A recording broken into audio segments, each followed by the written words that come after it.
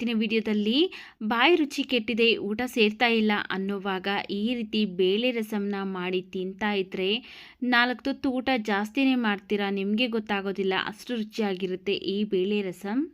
ನೋಡಿ ಇಲ್ಲಿ ಫಸ್ಟು ಒಂದು ಕುಕ್ಕರ್ಗೆ ನಾನು ಈ ಕಪ್ಪಲ್ಲಿ 1 ಕಪ್ಪು ತೊಗರಿಬೇಳೆನ ಹಾಕ್ಕೊಳ್ತಾ ಇದ್ದೀನಿ. ತೊಗರಿಬೇಳೆನ ಹಾಕ್ಕೊಂಡು ಇದು ಮುಳುಗೋಷ್ಟು ನೀರನ್ನು ಸೇರಿಸಿ ಚೆನ್ನಾಗಿ 1-2 ಸರಿ ತೊಳ್ಕೊಂಬರ್ತೀನಿ.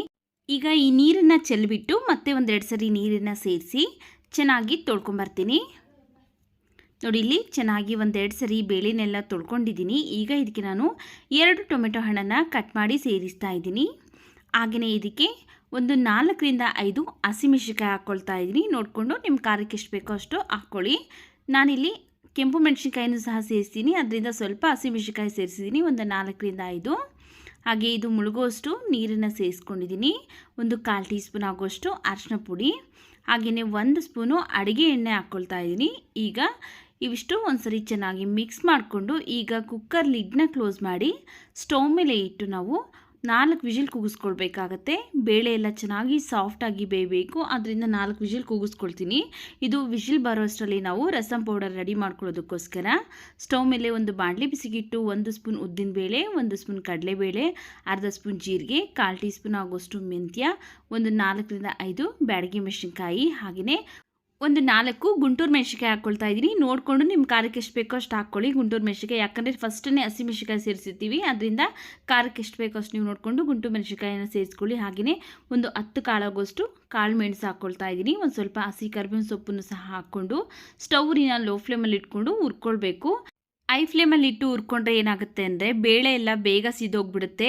ಆದ್ದರಿಂದ ನಾವು ಲೋ ಫ್ಲೇಮಲ್ಲಿ ಇಟ್ಕೊಂಡು ಚೆನ್ನಾಗಿ ಹುರ್ಕೊಂಡ್ರೆ ಸಮ ಪ್ರಮಾಣದಲ್ಲಿ ಎಲ್ಲವೂ ಸಹ ಫ್ರೈ ಆಗುತ್ತೆ. ನೋಡಿ ಈಗ ಚೆನ್ನಾಗಿ ಫ್ರೈ ಮಾಡ್ಕೊಂಡಿದ್ದೀನಿ. ಸ್ಟವ್ನ ಆಫ್ ಮಾಡಿಕೊಂಡು ಇದನ್ನು ಒಂದು ಪ್ಲೇಟ್ಗೆ ಹಾಕ್ಕೊಳ್ತೀನಿ. ಬಿಸಿ ಎಲ್ಲ ತಣ್ಣಗಾಗಬೇಕು, ಅದರಿಂದ ಒಂದು ಪ್ಲೇಟ್ಗೆ ತೆಗೆದುಕೊಳ್ತಾ ಇದ್ದೀನಿ. ನೋಡಿ ಈಗ ಇದು ಕಂಪ್ಲೀಟಾಗಿ ತಣ್ಣಗಾದ್ಮೇಲೆ ಒಂದು ಮಿಕ್ಸಿ ಜಾರ್ಗೆ ಸೇರಿಸ್ಕೊಳ್ಳೋಣ.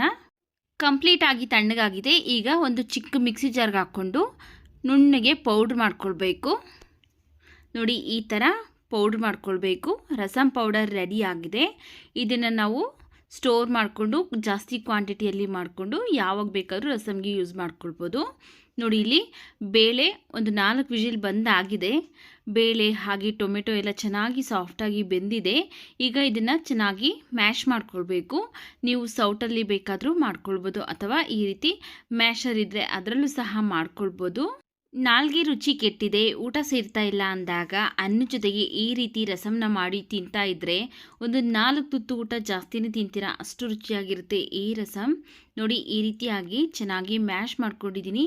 ಈಗ ಇದು ರೆಡಿ ಆಗಿದೆ. ಇಷ್ಟು ಮ್ಯಾಶ್ ಮಾಡಿಕೊಂಡ್ರೆ ಸಾಕಾಗುತ್ತೆ. ಸ್ವಲ್ಪ ಬೇಳೆನೇ ಇರಲಿ ಅಂತಲೇ ನಾನೇ ಹಾಗೆ ಬಿಟ್ಟಿದ್ದೀನಿ. ನಿಮಗೆ ಬೇಳೆ ಬೇಡ ಅಂದರೆ ಚೆನ್ನಾಗಿ ನುಣ್ಣಗೆ ಮ್ಯಾಶ್ ಮಾಡ್ಕೊಳ್ಬೋದು. ಈಗ ಇದನ್ನು ಸೈಡ್ಗಿಟ್ಟು ನಾವು ಒಗ್ಗರಣೆ ಮಾಡ್ಕೊಳ್ಳೋದಕ್ಕೋಸ್ಕರ ಸ್ಟವ್ ಮೇಲೆ ಒಂದು ಪಾತ್ರೆ ಬಿಸಿಗಿಟ್ಟು ಅದಕ್ಕೆ ನಾನು ಒಂದು 2 ಸ್ಪೂನ್ ಹಾಕೋಷ್ಟು ಎಣ್ಣೆ ಹಾಕ್ಕೊಂಡಿದ್ದೀನಿ. ಎಣ್ಣೆ ಬಿಸಿ ಆದಮೇಲೆ ಸ್ವಲ್ಪ ಸಾಸಿವೆ, ಹಾಗೆಯೇ ಸ್ವಲ್ಪ ಜೀರಿಗೆ, ಹಾಗೆಯೇ ಇದಕ್ಕೆ ಒಂದು ಸ್ವಲ್ಪ ಇಂಗು ಹಾಕ್ಕೊಳ್ತಾ ಇದ್ದೀನಿ. 1-2 ಚಿಟಿಕೆ ಆಗೋಷ್ಟು ಇಂಗು, 1-2 ಒಣಮೆಣಸಿನ್ಕಾಯನ್ನು ಸಹ ಕಟ್ ಮಾಡಿ ಸೇರಿಸ್ತಿದ್ದೀನಿ. ಸ್ವಲ್ಪ ಹಸಿ ಕರಿಬೇವಿನ ಸೊಪ್ಪನ್ನು ಹಾಕಿ ಫ್ರೈ ಮಾಡ್ಕೊಳ್ತಾ ಇದ್ದೀನಿ. ಈಗ ಇದಕ್ಕೆ ನಾನು ಒಂದು ಜಜ್ಜಿರುವಂತಹ ಬೆಳ್ಳುಳ್ಳಿನ ಹಾಕ್ಕೊಳ್ತಾ ಇದ್ದೀನಿ. ನೀವು ಈ ರಸಂಗೆ ಬೆಳ್ಳುಳ್ಳಿ ಹಾಕೋದ್ರಿಂದ ಒಳ್ಳೆ ಫ್ಲೇವರ್ ಬಿಟ್ಕೊಳ್ಳುತ್ತೆ, ಹಾಗೆ ಟೇಸ್ಟು ಸಹ ಚೆನ್ನಾಗಿರುತ್ತೆ. ನೀವು ಯಾವುದೇ ಕಾರಣಕ್ಕೂ ರಸಂಗೆ ಬೆಳ್ಳುಳ್ಳಿ ಹಾಗೆಯೇ ಇಂಗನ್ನು ಸ್ಕಿಪ್ ಮಾಡೋದಕ್ಕೆ ಹೋಗಬೇಡಿ. ಹಿಂಗೆ ಹಾಕೋದ್ರಿಂದ ಕೆಲವೊಬ್ಬೊಬ್ಬರಿಗೆ ಬೇಳೆ ರಸಂ ತಿಂದಾಗ ಗ್ಯಾಸ್ಟ್ರಿಕ್ ಆಗುತ್ತೆ. ಹಿಂಗೆ ಹಾಕೋದ್ರಿಂದ ಗ್ಯಾಸ್ಟ್ರಿಕ್ ಅನ್ನೋದು ಆಗೋದಿಲ್ಲ. ಅದರಿಂದ ಹಿಂಗನ್ನು ಸ್ಕಿಪ್ ಮಾಡೋಕ್ಕೆ ಹೋಗಬೇಡಿ. ಬೆಳ್ಳುಳ್ಳಿನ ಚೆನ್ನಾಗಿ ಫ್ರೈ ಮಾಡಿಕೊಂಡು ಈಗ ಇದಕ್ಕೆ ನಾವು ಫಸ್ಟನ್ನೇ ರೆಡಿ ಮಾಡಿಟ್ಕೊಂಡಿರುವಂತಹ ರಸಂ ಪೌಡರ್ನ ಒಂದು 3 ಸ್ಪೂನ್ ಹಾಕ್ಕೊಂಡಿದ್ದೀನಿ. ಹಾಗೆ ಒಂದು ನಿಂಬೆಹಣ್ಣಿನ ಗಾತ್ರದಷ್ಟು ಹುಣಸೆ ಹಣ್ಣನ್ನು ನೆನೆಸ್ಬಿಟ್ಟು ರಸ ತೆಗೆದು ಹಾಕ್ಕೊಂಡಿದ್ದೀನಿ. ಫಸ್ಟನ್ನೇ ಬೇಯಿಸಿ ಎತ್ತಿಟ್ಕೊಂಡಿದ್ರಲ್ಲ ಬೇಳೆ, ಆ ಬೇಳೆನ ಈಗ ಇದಕ್ಕೆ ಸೇರಿಸಿ ನೀರನ್ನು ಸೇರಿಸ್ತಾ ಇದ್ದೀನಿ. ನೋಡಿಕೊಂಡು ನಿಮಗೆ ರಸಂ ಯಾವ ಹದಕ್ಕೆ ಬೇಕಾಗುತ್ತಲ್ಲ ಆ ಹದಕ್ಕೆ ನೋಡಿಕೊಂಡು ನೀರನ್ನು ಸೇರಿಸಿ ಅಡ್ಜಸ್ಟ್ ಮಾಡ್ಕೊಳ್ಬೇಕು. ನಾನಿಲ್ಲಿ ಇನ್ನು ಸ್ವಲ್ಪ ನೀರನ್ನು ಸೇರಿಸ್ಕೊಳ್ತಾ ಇದ್ದೀನಿ. ನೋಡಿ ಈಗ ಈ ಹದಕ್ಕಿದ್ರೆ ಸಾಕಾಗುತ್ತೆ. ನಾವು ಎಷ್ಟು ತೆಳುವಾಗಿ ಮಾಡ್ತಿರಲ್ಲ ಅಷ್ಟು ರುಚಿಯಾಗಿರುತ್ತೆ ಈ ರಸಂ ಅನ್ನೋದು. ಯಾಕಂದರೆ ಮತ್ತೆ ಕುದಿಸ್ತಾ ಸ್ವಲ್ಪ ಗಟ್ಟಿ ಆಗಿಬಿಡುತ್ತೆ. ಅದರಿಂದ ಒಂದು ಸ್ವಲ್ಪ ತೆಳುವಾಗೆ ಮಾಡ್ಕೊಂಡಿದ್ದೀನಿ. ಒಂದು 1/4 ಸ್ಪೂನ್ ಆಗೋಷ್ಟು ಅರಿಶಿನ ಪುಡಿ, ರುಚಿಗೆ ತಕ್ಕಷ್ಟು ಉಪ್ಪು, 1 ಸ್ಪೂನ್ ಆಗುವಷ್ಟು ಬೆಲ್ಲನ ಸೇರಿಸಿ ಚೆನ್ನಾಗಿ ಮಿಕ್ಸ್ ಮಾಡ್ಕೊಳ್ತಾ ಇದ್ದೀನಿ. ಬೆಲ್ಲ ಬೇಡ ಅನ್ನೋರು ಸ್ಕಿಪ್ ಮಾಡ್ಕೊಳ್ಳಿ, ಹಾಕಿದ್ರೆ ಟೇಸ್ಟ್ ತುಂಬ ಚೆನ್ನಾಗಿರುತ್ತೆ. ಇವಿಷ್ಟು ಹಾಕ್ಕೊಂಡಾದ್ಮೇಲೆ ಚೆನ್ನಾಗಿ ಒಂದು 3ರಿಂದ 4 ನಿಮಿಷ ಕುದಿಸ್ಕೊಂಡಿದ್ದೀನಿ ನೋಡಿ. ಈಗ ರುಚಿಯಾದಂತಹ ಘಮಘಮಿಸುವ ರಸಮ್ ರೆಡಿ ಆಗಿದೆ. ಲಾಸ್ಟಲ್ಲಿ ಸಣ್ಣದಾಗಿ ಕಟ್ ಮಾಡಿರುವಂತಹ ಕೊತ್ತಂಬರಿ ಸೊಪ್ಪನ್ನು ಹಾಕ್ಕೊಂಡು ಒಂದ್ಸರಿ ಮಿಕ್ಸ್ ಮಾಡಿ ಸ್ಟವ್ನ ಆಫ್ ಮಾಡ್ಕೊಳ್ತಾ ಇದ್ದೀನಿ. ನೋಡಿದ್ರಲ್ಲ ಎಷ್ಟು ಸಿಂಪಲ್ಲಾಗಿ ಹಾಗೆಯೇ ರುಚಿಯಾಗಿರುವಂತಹ ಬೇಳೆ ರಸಮ್ ಯಾವ ರೀತಿ ಮಾಡೋದು ಅಂತ. ವಿಡಿಯೋ ಇಷ್ಟ ಆಗಿದ್ರೆ ವಿಡಿಯೋಗೆ ಲೈಕ್ ಮಾಡಿ, ವಿಡಿಯೋವನ್ನು ಶೇರ್ ಮಾಡಿ, ನಮ್ಮ ಚಾನಲ್ಗೆ ಸಬ್ಸ್ಕ್ರೈಬ್ ಮಾಡಿ ಸಪೋರ್ಟ್ ಮಾಡಿ.